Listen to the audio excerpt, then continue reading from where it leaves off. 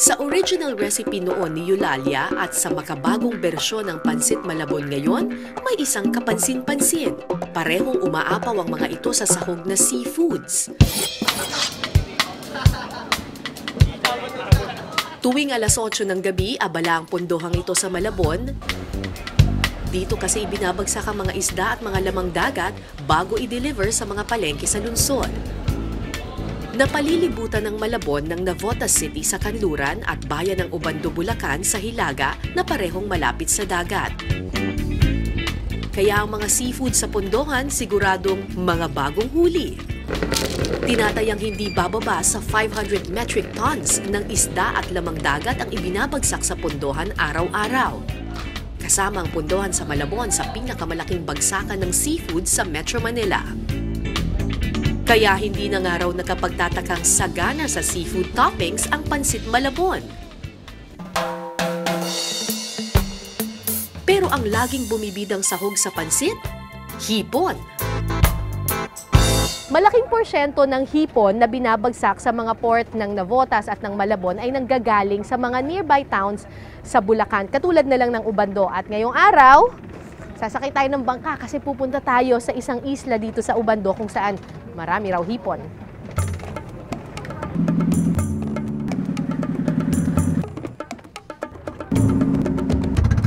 Ang mahirap dito sa bangkang sinasakyan natin, wala siyang katig.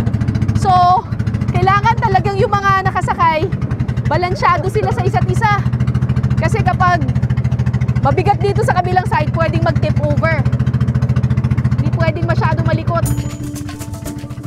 Parte ng Manila Bay ang malawak na baybayin ng Obando sa mga bakod na gawa sa kawayan na kung tawagin nila ay mga baklad na tatrap ang mga hipon.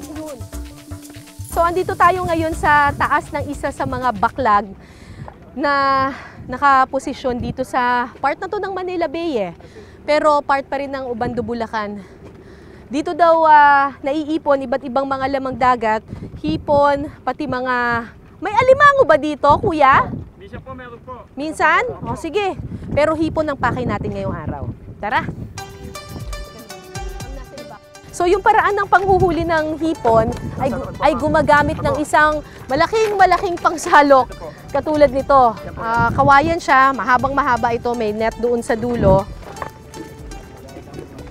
Uy, ang laki! Laki oh! So dito sa pinagkunan natin, may tatlong klase ng hipon na nakukuha. Ito yung hipon na puti, kung tawagin nila. Kung makikita ninyo, transparent yung kanyang galamay. Tapos, ito naman yung, ito lagi ito nakikita sa restaurant yung swahe kung tawagin. Malalaman mong swahe siya kasi orange yung kanyang galamay at saka yung kanyang buntot. Ito naman, parang may tiger print siya, may stripe siya. Ang tawag naman dito, kapag lumaki ito yung nagiging sugpo. Alin dito sa tatlong to ay yung mahal? Ito po, yung puti. Yung puti. Opo, Okay. Ano ang ginagamit sa pansit Malabon? Yeah, ito po yung puti. Yung puti rin. Okay. Pwede rin po yung suwahe. Yung suwahe. Oh. Maliban sa mga sariwang seafood, isa pang nagbibigay ng linamnam sa pansit Malabon ang hinimay na tinapa. Isa ang pagtatapa sa mga unang industriya sa Malabon noon pang panahon ng mga Kastila. Paraan ito para ma-preserve ang mga isda. Ang Filipino, especially Malabonians, are very innovative and penny-wise. So, para hindi mabulok yung isda, nag-aano sila, doon na-develop yung tinapa. Ang 70 anyos na si Nanay Pining, isa sa mga veteranang nagtatapa ng isda sa Barangay Baritan. 30 years na raw siyang nagtatapa bago nakapagpundar ng sarili niyang tinapa business noong 2006. Ang kanyang specialty, tinapang bangus. Ito raw ang pinakamabenta niyang tinapang isda. Hindi bababa sa 200 piraso ng boneless bangus ang tinatapa niya sa isang araw. Nung mauso yung boneless bangus, talagang pumatok. Maraming nag-aral mag-boneless, maraming nag-aral magtapa. Nung araw kasi wala namang boneless bangus Ang itinatapa lang nung araw, yung galunggong, tamban, yung mga isdang, yung maliliit na huling dagat. Kilalang bagsakan ng mga isda ang Malabon. Kaya naman kapag pumasok ka dun sa mga iski-iskinita dito, hindi na nakapagtatakang makakita ng ganito karaming isda. At nandito tayo ngayon sa isang tapahan or tinapahan kasi alam naman natin na ang pansit Malabon ang nagbibigay ng distinct flavor nito doon sa toppings niya, yung tinapa. Hi, Nay! Kayo po ba may-ari nitong tapahan na ito? Opo. Ilan na po ang nadedebone nating para sa tinapa? Marami na, ma'am. Marami na. Mula kaninang umaga, meron ng 200 yung pang-200 yung sasala. Ah, talaga? Okay. Paano ba ginagawa itong pagtatanggal ng tinik?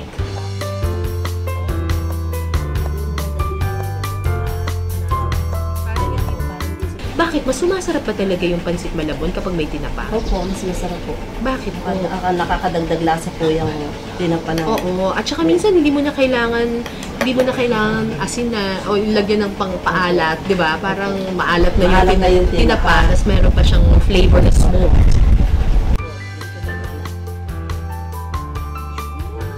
Tapos, pagkatapos nating i-debone to, anong gagawin natin? Pagkatapos po, dadalhin doon sa kusina, hugasan pa po iyan.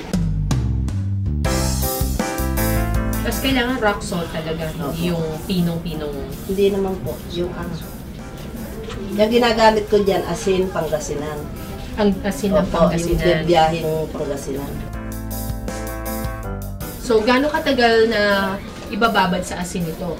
Mga 15 minutes lang kasi po yung asin madaling matunaw dahil maliliit. Pino. So, isasara lang siya? Opo. Para kumagat yung asin madali. Tapos, iaano na ngayon to? Ilalaga? Ilalaga na. Okay. Pag ulugog po ng hindi bibitawan kagad yung bilao.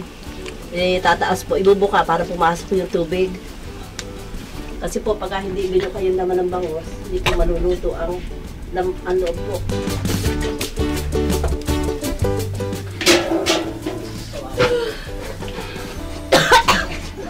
Grabe yung uli. Tsaka uso ka. Shucks. Feeling ko tinapa na ako. Ano ang gagawin natin, Nay? Bubusan po ng tubig para mawala yung bula. Di ba po yung ibang nagtitinapa, nilalagyan nila ng food color? Ay, hindi yung po. sinisprayan nila ng Ay, gano'n? hindi po. Yan po talagang pinapupula sa kuso. Sa puso? Para masarap. Kasi pagka food color, parang parang lasa, parang pirito lang siya. Oh my gosh, napaka-tender na niya. Kasi nalaga na siya. So, wala pa siyang tinik. So, Malambot siya. sobrang lambot niya. As in, anytime parang pwedeng Utol. maputol yung ulo. Gaano katagal po ang pagsasalang ng ganito? Inaabot din po man ng 2 oras. Isasalang na natin para pausukan. Opo. Yun yung espesyal sa tinapa, yung smoky flavor niya. Oh, ito na yung finished product natin. Nax, pwede bang tikman ito? Okay, sige. Ang laki! Uy, parang saktong-sakto, no? Ang favorite ko kasi yung Diyan. yung chan. Ang sarap. Ang sarap. Ang sarap niya. Usually yung tinapa nilalagyan pa ng patis na may kalamansi, pero ito, kahit ito lang, pwede na. Ang sarap ng timpla niya. May tinik. Oo. Ako po yung nagtanggal ng tinik nito eh. Patatawarin ko na lang yung sarili ko. Pero sobrang sarap niya. The best.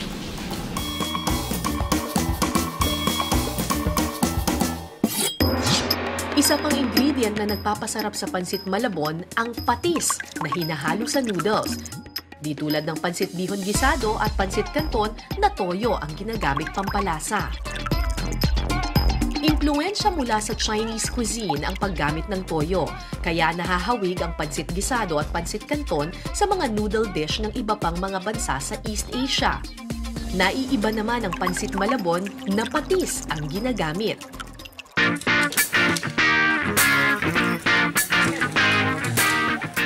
Isa ang Malabon City sa mga pinakamalaking producer ng patis sa Metro Manila. Para hindi masayang ang mga sobrang isda, binuburo ang mga ito para gawing sausawan. 48 years nang nagpapatis si Mang Julian. Nasaksihan niya raw ang pag-unlad ng industriya ng patis sa Malabon. Paborito kasi ginagamit siya sa natuklasan sa pagkain, ginagamit. Sausawan sa panghalo sa linaga. Yung maraming pinagagamitan ng patis. Karaniwang galunggong ang isdang ginagamit sa paggawa ng patis. Sa loob ng 8 buwan hanggang 1 taon, ibinuburo ang isda sa tangke na sinlaki ng swimming pool hanggang sa lumabas ang katas nito. Titingnan ko rin kung okay na siya. Hindi na siya makati sa dila. Saka mabango na siya. Saka masarap na yung lasa niya.